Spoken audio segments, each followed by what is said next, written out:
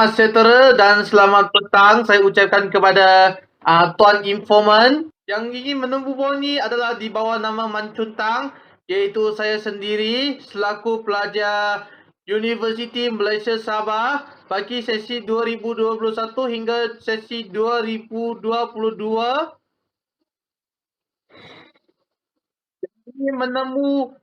Yang ingin menemu bol dengan angka mengenai perubahan budaya masyarakat di Sabah sebelum dan selepas Perang Dunia Kedua.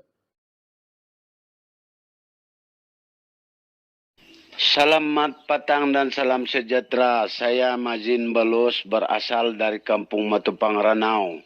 Ingin menceritakan perubahan budaya sebelum Perang Dunia Kedua dan selepas Perang Dunia Kedua. Terlebih dahulu saya ingin memperkenalkan kampung saya yang terletak di tengah-tengah antara daerah Ranau dan daerah Telupin. Apa yang saya tahu pada musim sebelum Perang Dunia Kedua, kebanyakan etnik dusun di daerah Ranau mengamalkan satu budaya, yaitu menanam padi huma.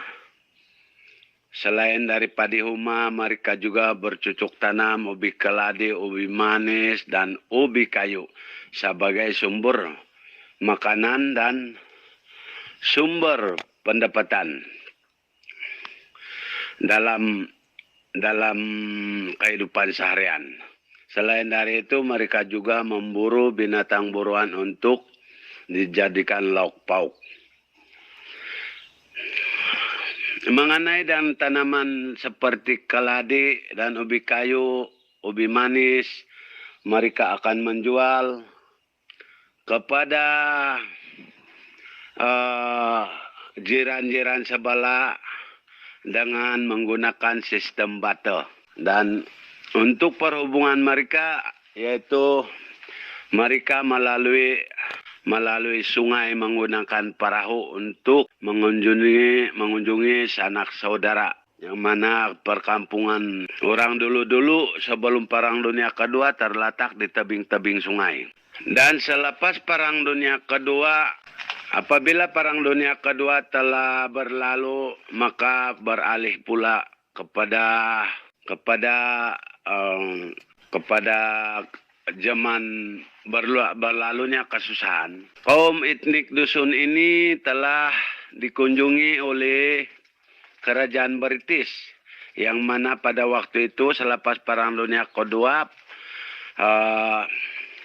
orang British telah datang ke Sabah dan masuk di kampung untuk memastikan keadaan kesehatan serta ekonomi, bagaimana cara etnik dusun ini untuk menjalankan aktiviti harian. Apa yang saya tahu, pada ketika itu kerajaan British telah mengutus seorang demi seorang dalam 1, 2, 3 bulan satu kali datang di kampung untuk memberi petunjuk ajar ataupun pembelajaran kepada anak-anak yang dulunya tidak tahu apa huruf, yaitu buta huruf lah katakan. Jadi bila sesudah itu kerajaan British juga telah memperkenalkan wang siling yang dia punya note ada 2 sen, 1 sen, 20 sen, 50 sen. Manakala uang kertas itu saya tidak begitu pasti karena saya tidak nampak uang kertas. Apa yang saya tahu, uang siling itu bertanda atau bertulis di uang siling, yaitu Note Borneo, yang melambangkan dua orang kastaria, yaitu pahlawan yang memegang tombak. Ada satu yang memegang parang Di tengah-tengahnya itu lambang Borneo. Lambang bendera Borneo pada waktu ketika itu. Dalam sumber ekonomi mereka, pihak British juga telah memperkenalkan satu sistem, yaitu tamu. Pasar lah kalau sekarang.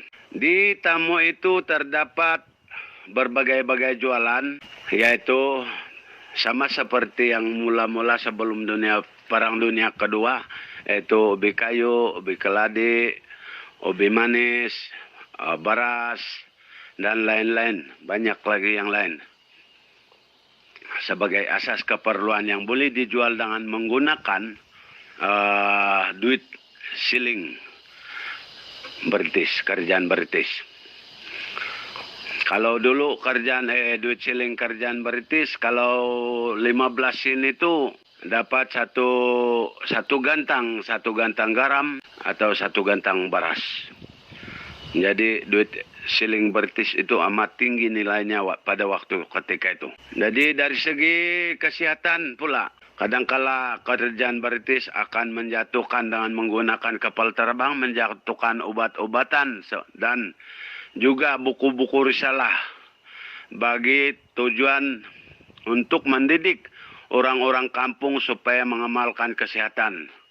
Dan kerajaan British juga akan berkunjung untuk memberikan suntikan seperti BCG dan obat-obat seperti kolera, obat malaria, dan sebagainya. Apa yang saya tahu pada waktu itu, dan saya pernah lihat di zaman saya sudah, yaitu obat quinine. Jadi saya bersyukur juga pasal dalam keadaan sekarang ini aman, damai, tentram.